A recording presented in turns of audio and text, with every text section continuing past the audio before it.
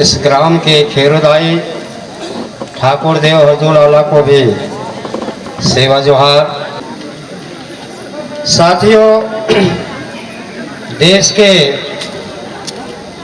क्योंकि मैं इस संबंध में ये कार्यक्रम रखा गया है, इसलिए इस चैप्टर से बोलूँगा मैं।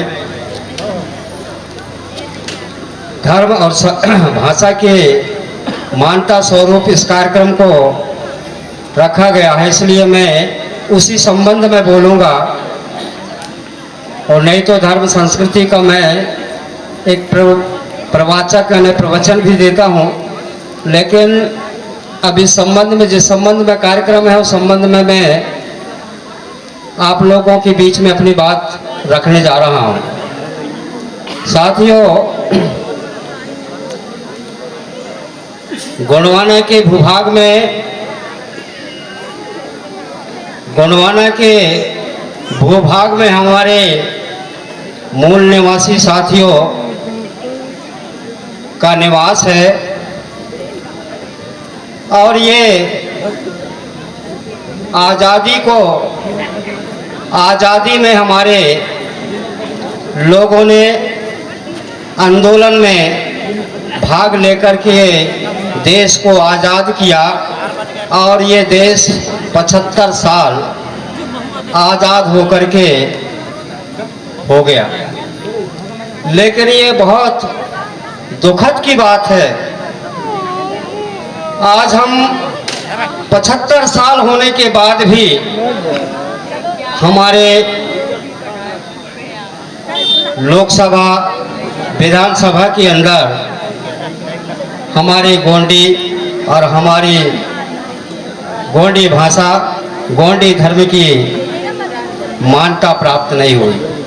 बहुत चिंतनीय बात है, क्योंकि जो इस देश के मूल निवासी, इस देश के आदिवासी, जो जब से धरती का निर्माण हुआ तब से यहाँ पर मूल निवासियों का रहन सहन, रीति रिवाज, परंपरा, सभ्यता रही है। इसके बाद में भी, देश आजाद होने के बाद, हमारे मूल निवासियों के बीच से चुनकर, हमारे आदिवासियों के बीच से चुनकर सांसद और विधायक संसद भवन में पहुंचे, विधानसभा मंडल में पहुंचे, लेकिन हमारी ये गोंडी धर्म, गोंडी भाषा की बात पटल पर नहीं रखे। बहुत दुखद की बात है। और इस धरती में आर्यों का आगमन हुआ, इस धरती में आर्यों का आगमन हुआ, और आर्यों की भाषा मात्र 3.5% आज के युग में है। आज के युग में 3.5% है, और उस जमाने के समय में तो शायद 1% के लगभग में रहे होंगे। लेकिन आज 3.5% जिनकी भाषा है, उस भाषा की दर्जा लोकसभा के पटल पर 8वें सूची में लागू कर दिया गया। और इस क्षेत्र, इस गोंडवाना के भुइयां में जो मूल निवासी लोग थे, जो चाहे वो गोंड जाति के हों, अन्य जो जातियां हैं, वो कुल मिलाकर के हमारे सारे इस गोंडवाना के मूल निवासी हैं, जो गोंडी भी बोला करते थे। चाहे आज वो प्रधान हो, गोंड हो, बैगा हो, कोल हो, तिलिया हो, और भी अन्य जातियां के जो लोग हैं, वो सब गोंडी भाषा और गोंडी धर्म को मानते थे।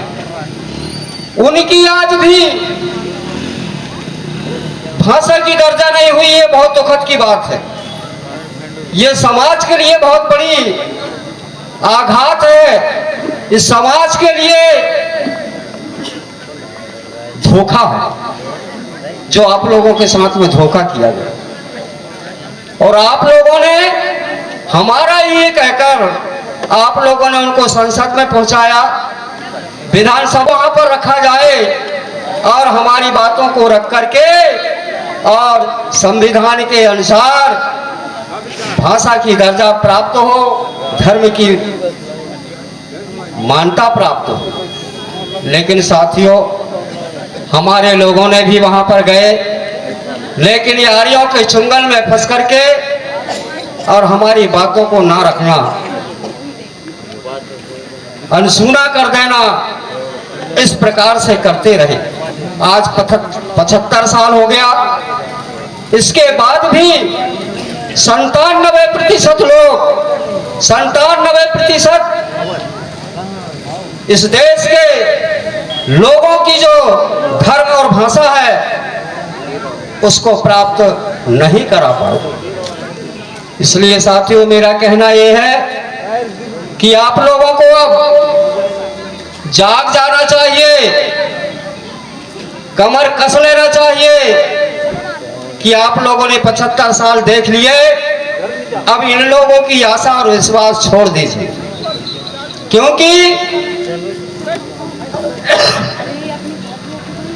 ये आपकी बात न पटल पर रख पाएंगे और न आपकी आवाज को उठा नहीं पाएंगे, क्योंकि हम देख चुके और आप लोग भी देख चुके। क्योंकि जब प्रदेशों की बंटवारा हुई भाषाओं के आधार पर,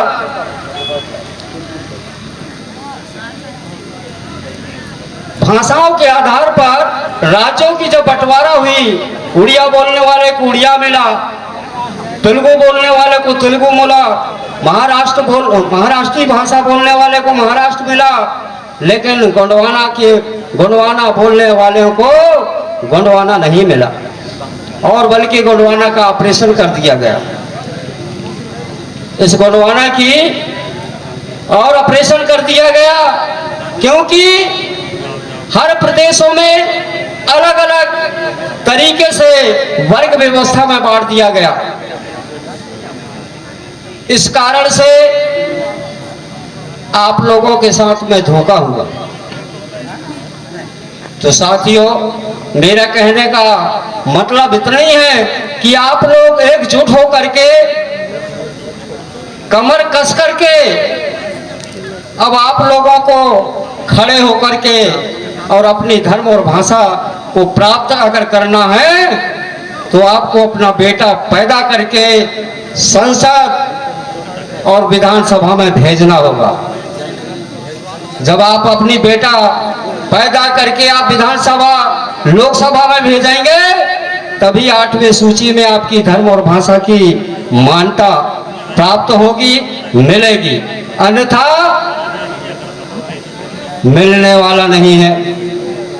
आप लोगों ने अभी तक कई अन्य दलों के प्रतिनिधि, समाज के लोगों को आपने भेजा, लेकिन आपकी आवाज नहीं उठाई गई, क्योंकि ये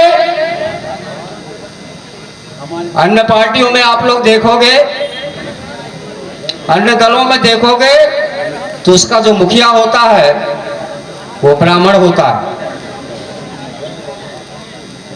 वो ब्राह्मण जैसा कहेगा, क्योंकि उसके हस्ताक्षर से उसको टिकट मिलता है और वो विधायक और सांसद बन के जाता है।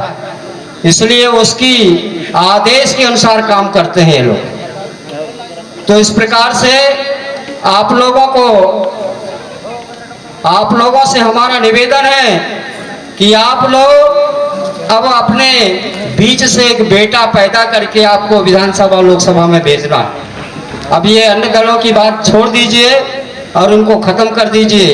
आज हम देख रहे हैं, अभी आप प्रदेश के मुखिया मुख्यमंत्री जी, उन्होंने एक पेशा एक्ट लागू किया कि यहाँ पर आदिवासियों की, अनुसूचित जनजाति के लोगों का अधिकार हक और अधिकार उनके बीच में होगा। लेकिन पेशा एक्ट सिर्फ आप लोगों के बीच में एक नमूना पेश करके लागू किया है, उसका पूर्ण अधिकार आप लोगों को प्राप्त नहीं है। जो हमारी धर्म, हमारी भाषा, हमारी संस्कृति, हमारी रीति रिवाज, हमारे हक और अधिकार जो हमारे पेशा एक्ट और रूढ़ी प्रथा के आधार पर प्राप्त होता है और प्राप्त है, वो आपको अभी पूर्ण रूप से पेशा एक्ट में आपको पूर्ण अधिकार प्राप्त नहीं है। मात्र आप लोगों को एक आश्वासन और एक नजरिया दिखाया गया है। उस नजरिए में आप लोग, आपका जो ग्राम सभा का निर्णय कहते हैं कि ग्राम सभा में जो निर्णय होगा वो स्वीकार होगा, लेकिन वो ग्राम सभा सिर्फ मात्र एक दिखावे की ग्राम सभा है। क्योंकि हमारी रूढ़ी प्रथा के आधार पर ग्राम सभा में बहुत बड़े पावर हैं। ये जंगल जमीन तुम्हारा है, ये जंगल जमीन तुम्हारा है, ये सारे जमीन के हकदार आप लोग हो।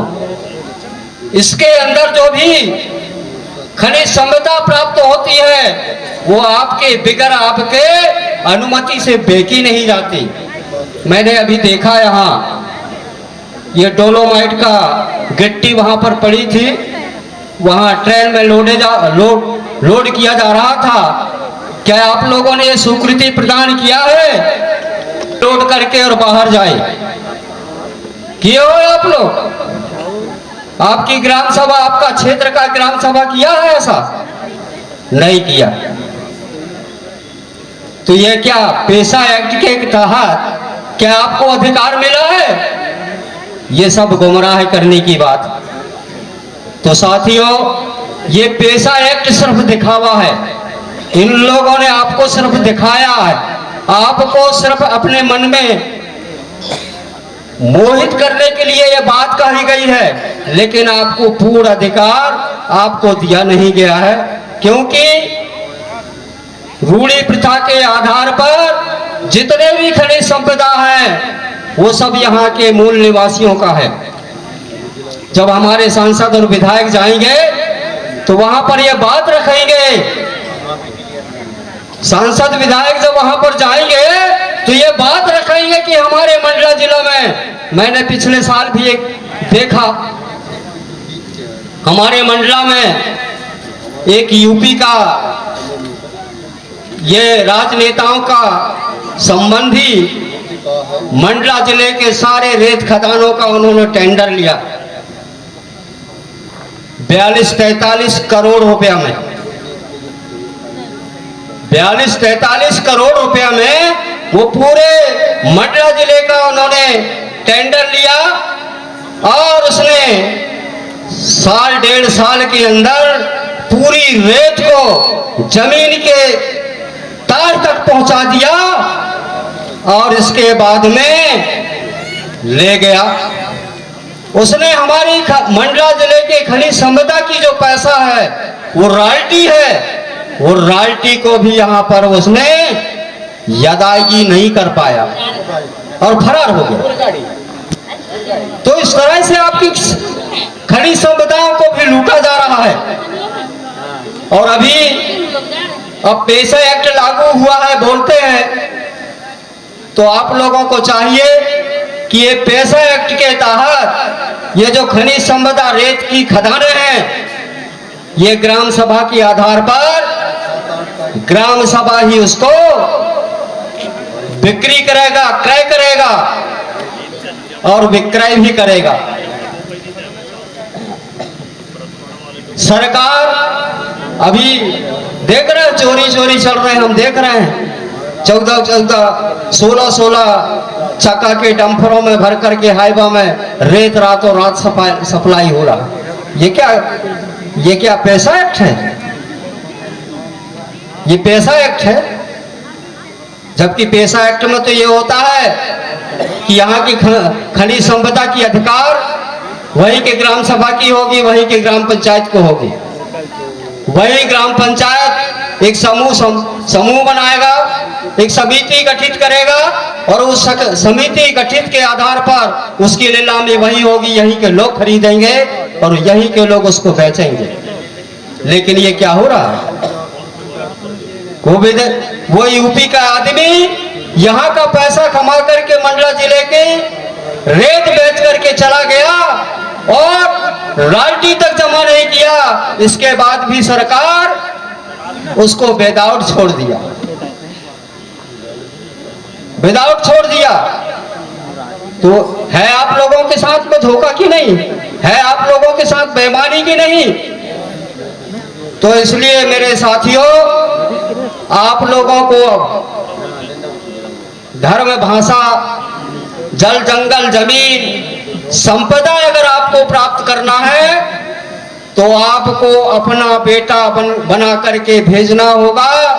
जब आप बना करके भेजोगे तब आपके जिले की संपत्ति, आपके जिले की वन संपदा, यह सब आपके हाथ में रहेगा और आप स्वयं बेचेंगे। उसकी राशि आपके पास में होगी, उसी से हमारा समाज का विकास होगा, अन्यथा नहीं होने वाला। तो साथियों, मेरा यही अनुरोध है आप लोगों के साथ में। मैं बहुत पहले से ये बात कहना चाह रहा था लेकिन समय नहीं मिला। अब जाते जाते हमको 2 शब्द बोलने को मिला, लेकिन मैं आप लोगों से मेरा यही प्रार्थना है, क्योंकि मैं चाहे वो धार्मिक प्रवृत्ति, मुझे सभी विक्स से मैं अपनी बात को रखता हूँ। मैं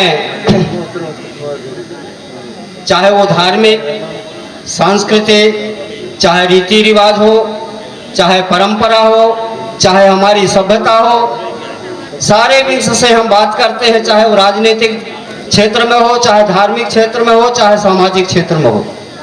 क्योंकि इस समय में हमें अब 4-5 महीने बचे हैं चुनाव का, और ये 5 महीने के अंदर 4 महीने के अंदर 4-5 महीने बचे हैं। नवंबर में चुनाव होगा विधानसभा का। आप लोगों सबको एक कमर कस करके हमें अब एक विधायक समाज के अंदर से पैदा करके भेजना पड़ेगा और समाज के आदेश के अनुसार, समाज के विचारों के आधार पर वो हमारे बेटा उस विधान सभा के पटल पर बात रखेगा। क्योंकि ये आदिवासियों के लिए कहते हैं, आदिवासियों के लिए इतना पैसा हुआ। मैंने पिछले बार सुना था ऐसा कि जब कमलनाथ की सरकार बनी थी तो शायद 32 करोड़ रुपया आदिवासियों के लिए शिक्षा, स्वास्थ्य, पेयजल, ऐसे सारे व्यवस्था के लिए 32 करोड़ रुपया पास हुआ था। लेकिन वो 32 करोड़ रुपया तो हमें आज तक आदिवासियों के लिए ना स्वास्थ्य की सुविधा मिली, ना शिक्षा की सुविधा मिली, ना पानी की सुविधा मिली, कुछ नहीं मिला। ये सब फालतू चले गए और शायद मेरे को ऐसा लग रहा है कि आदिवासियों के नाम से पैसा निकाल करके और उस पैसे को दूसरे मदों में खर्च करके और वही बात लूटते हैं साथियों। इसलिए आप लोगों का विकास नहीं हो पा रहा है। और हमारे सांसद विधायक जी भी हमारे जो बजट का पैसा आता है वो पैसा को भी हमारे क्षेत्र में, हमारे जिले में विकास के लिए जो आते हैं वो पैसा, वो समाज में आज तक उन्होंने बताया भी नहीं कि आदिवासी समाज के लिए इतना करोड़ रुपया पारित हुआ है, बजट आया है। उसके लिए हमको क्या करना है, समाज को क्या करना है, इस संबंध में समाज के बीच में बैठ करके और ये बातें बोलनी चाहिए, ताकि समाज जो है उस पर निर्णय ले कि हमें क्या करना है। कौन सी चीज में हमें लगाना है, ये समाज तय करे। तो ये चीजें हो नहीं रही है साथियों। ये आप लोगों के साथ में बहुत धोखा हो रहा है और धोखा होते चला आ रहा है, और आज भी यही बात हो रही है, इसी प्रकार से धोखा किया जा रहा है। इसलिए आप लोगों से मेरा निवेदन है, जैसे अभी असम के सांसद महोदय बोलकर के चले गए, उन्होंने भी यही बात बोला कि आप सब एक साथ मिलकर के, इकट्ठे होकर के, एक होकर के और अपने सांसद और विधायक का प्रतिनिधित्व करने के लिए आप लोग अपने बीच के व्यक्ति को भेजें, ताकि समाज की विकास और मुख्य धारा से वो जोड़ सके। तो साथियों, इसी प्रकार से आप लोगों को रहना है अपने गांव में, अपने घर में, अपने क्षेत्र में, अपने विकास खंड में। ये बात की चर्चा करो और संगठन बना करके, एक हो करके, और हमें एक प्रतिनिधि बना करके भेजना है। ये अपना, जैसे आपके विधानसभा कौन सा पड़ता है, नैन मंडला पड़ता है ना, है मंडला विधानसभा पड़ता है। तो ये विधानसभा को आप लोगों को जीत करके जाना है, तभी आप लोगों की का विकास होगा साथियों। अब मैं ज़्यादा ना कहते हुए मैं अपनी वाणी को यहीं विराम देता हूँ। जय सेवा, जय बड़ादेव, जय गौरव।